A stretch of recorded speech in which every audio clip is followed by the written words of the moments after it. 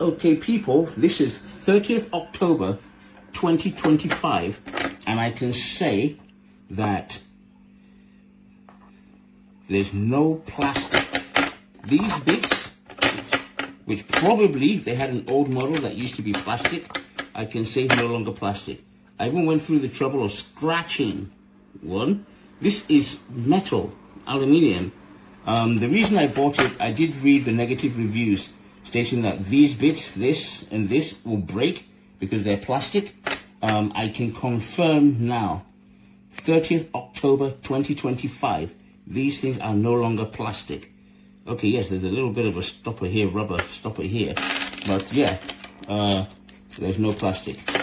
So this is quite a bargain compared to a lot of the other manufacturers.